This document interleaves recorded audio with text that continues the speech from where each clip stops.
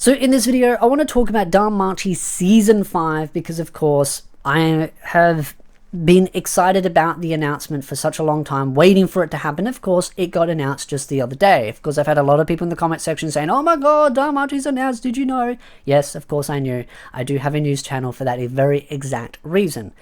But it is something that I've been saying was a matter of when, not if. I knew Season 5 was going to happen at some point. It was just a matter of when. Now, of course, we don't have an official release date, but I want to talk about why Season 5 is going to be absolute peak, in my opinion. And so, of course, this is going to entail some spoilers. So you have been warned. I will be covering spoilers in this video. And if you do want more spoiler content on DanMachi, I do have playlists of the light novels, side story, main story, and of course character analysis videos. So if you want more DanMachi content, definitely check it in the video. As far as that goes, I'll be covering more DanMachi because there's many more volumes to go over that have just recently been released as well. So one of the reasons why I'm so hyped about DanMachi Season 5 is because it is referred to, in my words, is the Great Faction War. I'm honestly hyped for it because it has some of my favorite characters and stuff that's been built up for many seasons and many volumes, and that is of course to do with Freya and Freya's interest and infatuation with Belle, and why she's been chasing Belle and where that will lead to and what result will it have. And there was many theories that I came up with, some close, some not so close, about where things were going to go. I'm not going to spoil the end result, but simply talk about the contents itself and why I'm excited for it. So again, not all spoilers will be in here, but some will be. And that first spoiler is going to be Freya and Sia. So for those that don't know their Norse mythology, Freya and Sia are the same person.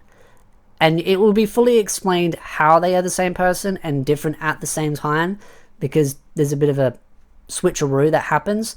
But Sia basically goes on a date with Belle. Things are kind of crazy as always. Hestia, eyes, tailing, crazy shenanigans. Freya's familiar members being overprotective, ridiculous as they are, and also some interesting changes in Belle that are forced upon him because of certain members of Freya trying to make Belle into someone that they feel is more worthy for her. And it does delve into some interesting concepts because it kind of shows why Freya or Sia likes Belle for who he is, and when the members try to change him, she gets a little bit annoyed.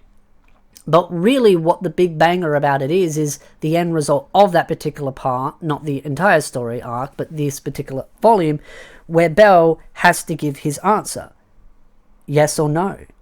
And of course, many people are going to realize that are anime only that Belle was never going to accept other people's feelings because Belle is in love with Eyes. That's been established from the very beginning. And Belle at some point has to start rejecting and, saying no to these other girls. And when he does, or when he did with Sia, things escalated very, very quickly. And that is where the Great Faction War begins, because Sia, of course, reveals herself to be Freya, and Freya decides to basically take matters into her own hand and forcefully take Belle. Now, of course, she technically can't mind control. She can't, use her powers on Belle because Belle is immune. So she does the next best thing. She does it to everyone else. Except, of course, there are some that do escape from that grasp, and that's where things get quite tangled and out of control. Now, with all of that playing out, there's a lot of stuff that happens in there that, of course, I've talked about in other volumes, but the end result to that is Belle will always resist, even though he's been gaslighted. And this is also where it's going to be a lot of people are either going to love or hate Freya. There's going to be a massive, waifu war that's going to happen in this season, and I'm all for it. Again, I'm still a massive fan of Freya because I find her interesting as a character, but of course, if you say you like a character, even with all their massive character defects, you apparently get labeled a simp and you get told that you're supporting gaslighting. No, I don't support what Freya does as a character. I just find her interesting as a character. Sitting there saying, I find this a well-written and interesting character does not mean I support the character's actions. And that is going to be one of the fun things that's probably going to play out throughout Season 5, is you're going to see a lot of people try and distinguish that idea that you can't like a character and also not support their actions at the same time. You have to not support them and also hate the character and think that they're not well written, and that's where, honestly, the anime community is completely wonkos. But it's going to lead to some fun interactions, some fun videos, and I am super, super excited for DanMachi Season 5 because this is where things will heat up, and I feel like this is a major growing moment for Bell as a character, and also for the familiar members as well, because the end result does have a rippling effect on not just Bell's life, not just the familiar members, but also the entire city as well, because once Freya starts this, there's no going back, and the end result may not be what she anticipated on, or maybe it was.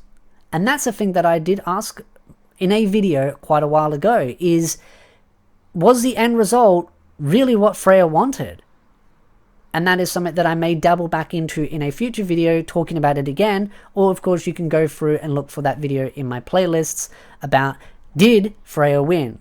Because there's some interesting outcomes that I feel like sometimes from a surface level, and that's one of the great things about DanMachi, is from a surface level it seems very simplistic and easy. It's like, oh yeah, this thing happened.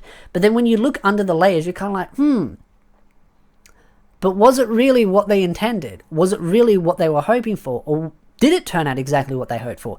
Was there some shackle that they wanted to be freed from?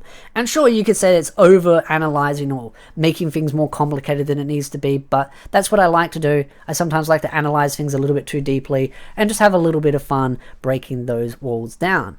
But one of the things that I've always said throughout this, and this is something that I think people are going to realize in Season 5, is that yes, there is going to be a great faction war. There's going to be some amazing, probably, fight scenes that are going to play out, and seeing the end results is going to be phenomenal, and I look forward to it. But I also feel like this is a moment where people need to realize that Bell is in love with Vyse, and their relationship is very, very unique and very strong. Their connection is very strong. And I hope that the anime does do justice to this. I feel like Season 4 was done very well, even though I did see a lot of people complain that Season 4 was way too slow.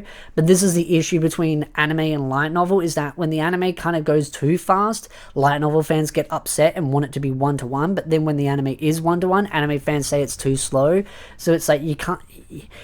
No one's ever happy, because if a story is paced well enough for it appeases to anime only fans, then light novel fans just feel it's too fast, it's not going through the story thoroughly enough, and then when it flips the other way, it's then too slow, and the light novel fans are happy. And that's why it's always a hard balance. But I do feel like at this point, as more seasons are coming out, it is more of the light novel community that is really supporting this series. But there are still a lot of anime-only fans that are chugging along and are sticking to that, and I commend them for that. You know, you've stuck through it for multiple seasons, and it is great to see studios continue to make multiple seasons on animes as well, because this never used to really happen. This, many years ago, would have just been a one-hit wonder, and we never would have got a Season 2, so... I think as anime fans, we are very, very lucky. And I'm very excited to see how the Great Faction War plays out from a review and opinion standpoint. Because, of course, I know what happens, but I feel like a lot of fans are going to have some interesting opinions on how things turn out. So again, if you like this video, hit the like, subscribe, and I'll see you beautiful nerds in the next video.